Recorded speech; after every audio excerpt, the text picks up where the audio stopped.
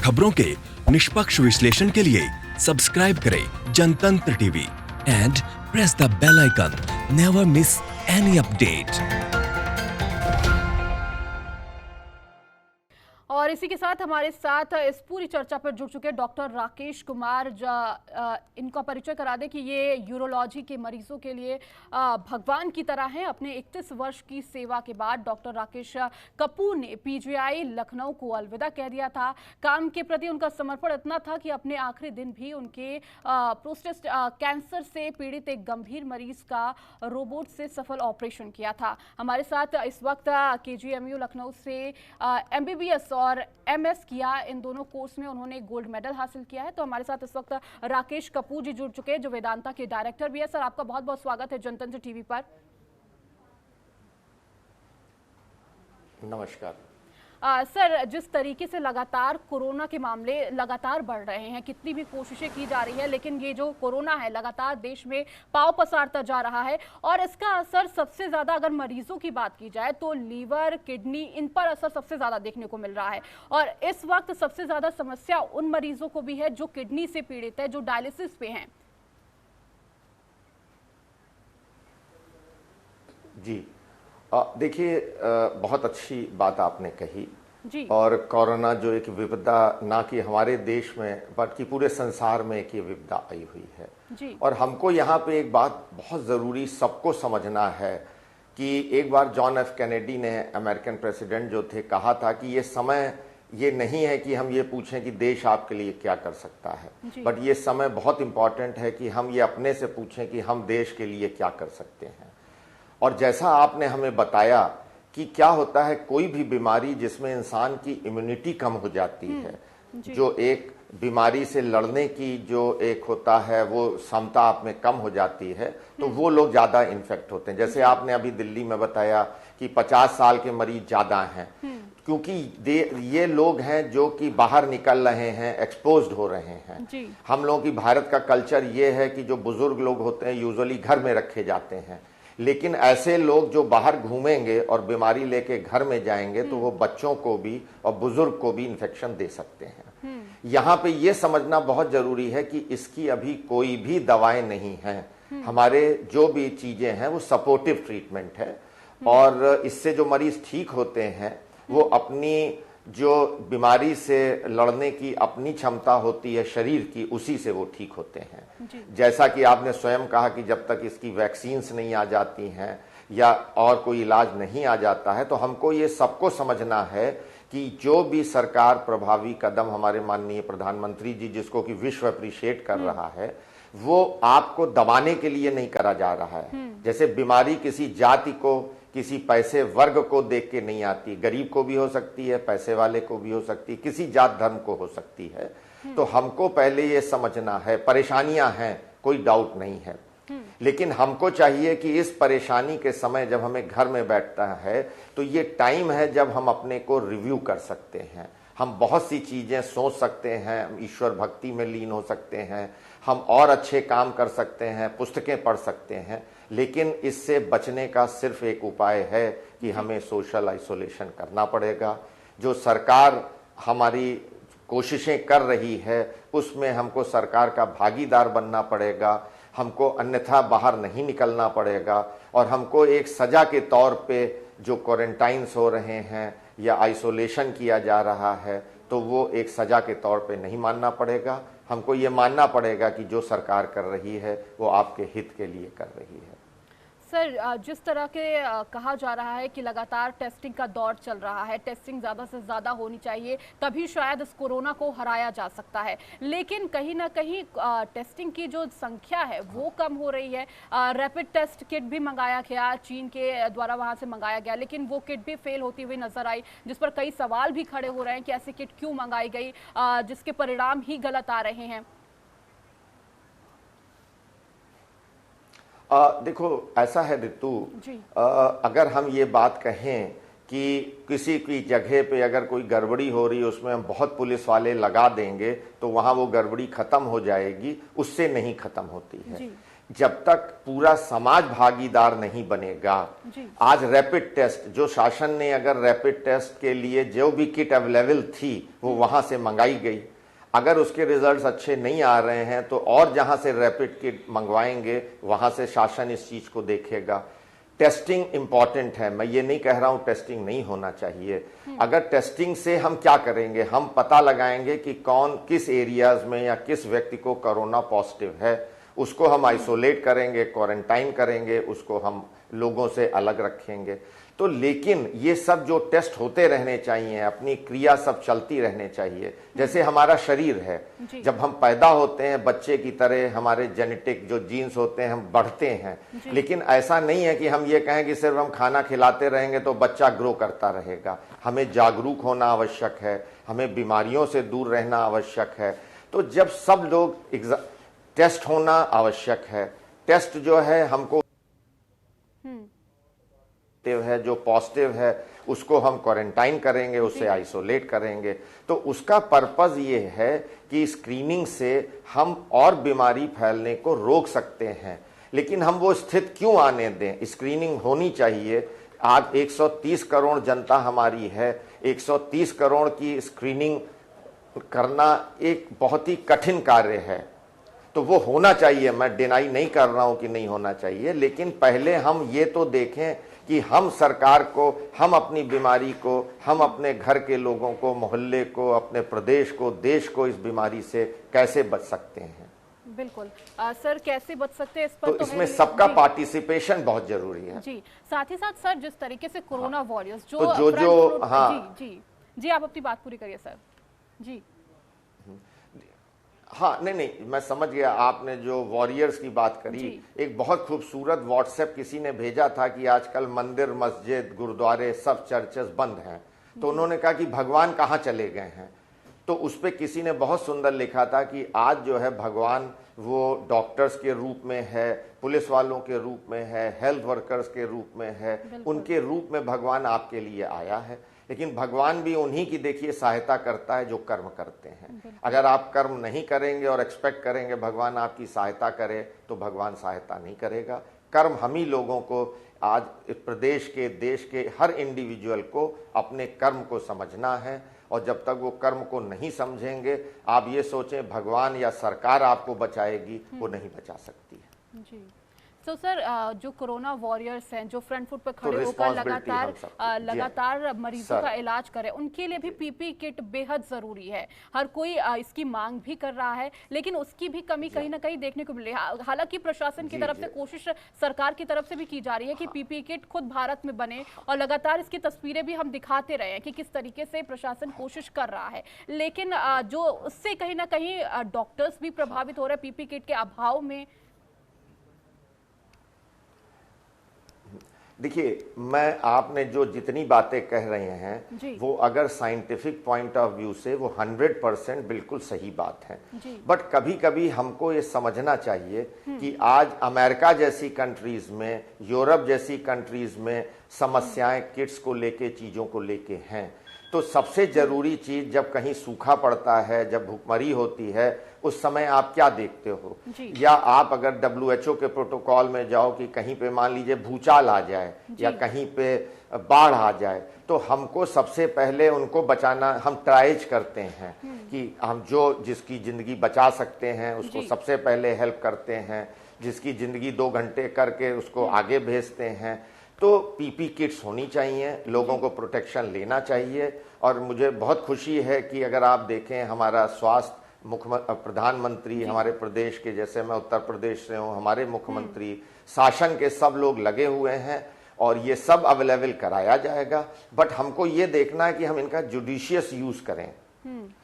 इनजुडिशियस use करने से चीजों को इस टाइम वेस्ट नहीं करना है, और definitely it should be provided, और ये गवर्नमेंट की रिस्पॉन्सिबिलिटी है। और मुझे लग रहा है कि गवर्नमेंट पूरी तरह कोशिश में है कि इनको अवेलेबल कराया जाए। सर इसी बीच अगर बात करें किडनी लेकिन फिर भी जो हम प्रोटेक्शन ले सकते, हाँ किडनी मरीजों की बात करें, आप खुद हाँ, विशेषज्ञ रहे हैं, आप बताएं, उसके जी हाँ, विशेषज्ञ हैं, हाँ, डायलिसिस के लिए जो लोग आ रहे हैं उनको लेकर भी तमाम सवाल खड़े हो रहे हैं, क्योंकि कुछ ऐसा भी हो सकता है कि जो डायलिसिस के लिए आ रहे हैं वो भी कोरोना पॉजिटिव हो सकते हैं, इससे कई लोगों को इन्फेक्शन हो सकता है डायलिसिस के दौरान, डॉक्टर भी इससे इन्फेक्टेड हो सकते हैं और साथ ही साथ जो मरीज और आ रहे हैं वो भी इन्फेक्टेड हो सकते हैं। इसे लेकर डॉक्टर्स में भी सवाल खड़े किए हैं कि पहले कोरोना टेस्ट होना चाहिए और फिर डायलिसिस होना चाहिए, लेकिन अगर इसमें समय की बात की जाए, जिस तरीके से कोरोना टेस्ट का जो रिपोर्ट है वो कभी 2 दिन या 1 हफ्ते लग जाते हैं, इन सब के बीच कहीं ना कहीं बीच में कई समस्याएं आ रही है डॉक्टर्स को भी और साथ ही साथ जो पेशेंट है उनको भी।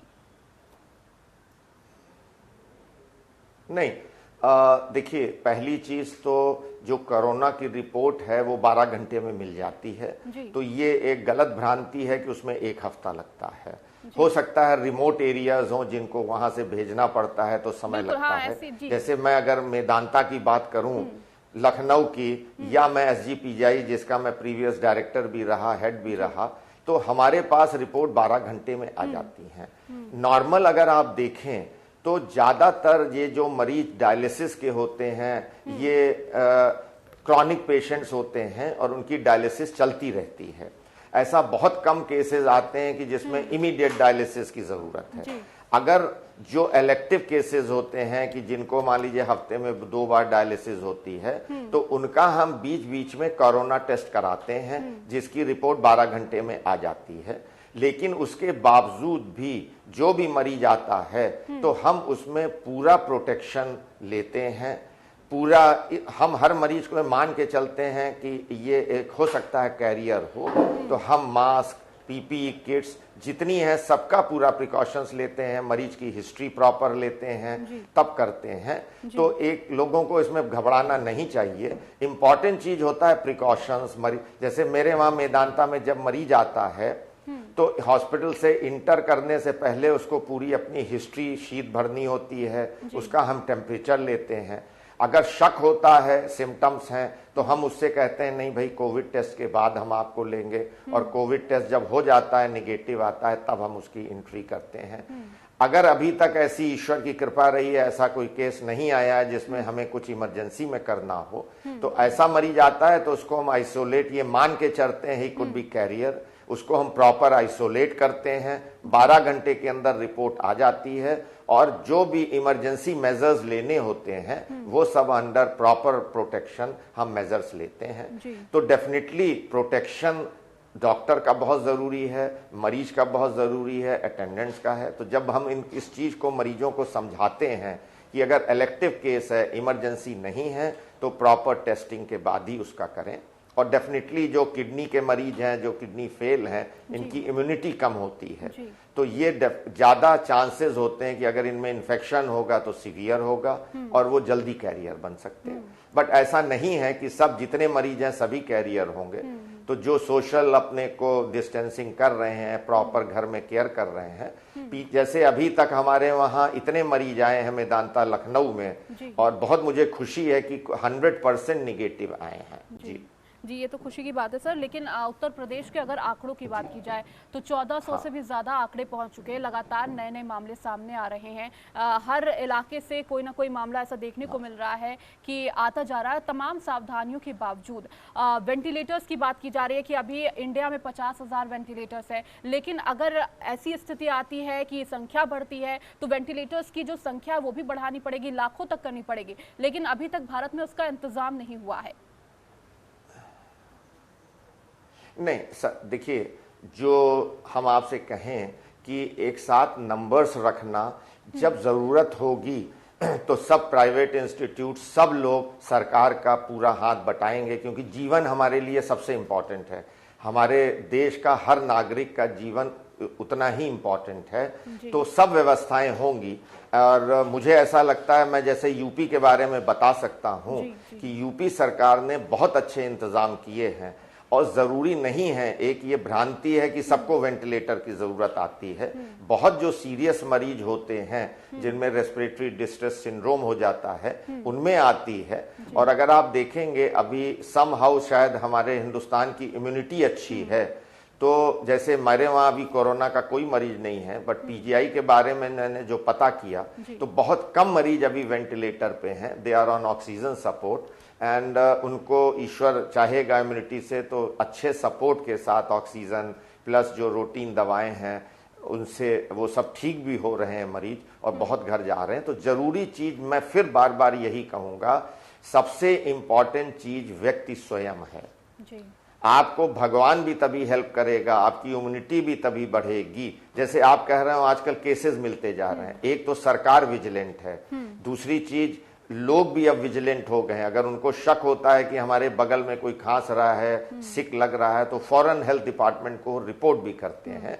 तो हमारी सरकार, डॉक्टर, सब हम लोग लगे हुए हैं कि ऐसे लोगों को हम आइसोलेट करें, और आइसोलेशन सजा के तौर पे नहीं है, उसका पर्पस यही है कि वो व्यक्ति स्वयं जी। कभी-कभी ऐसा भी होता है कि सिम्टम्स नहीं होते, ऐसा रेयर होता है, बिल्कुल हो सकता है।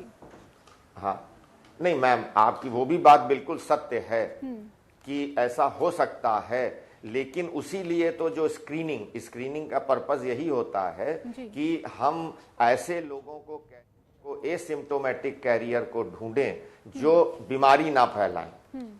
तो वो स्क्रीनिंग अगर आप पूरे 130 करोड़ लोगों की स्क्रीनिंग कहेंगे तो एक बहुत ही कठिन कार्य है।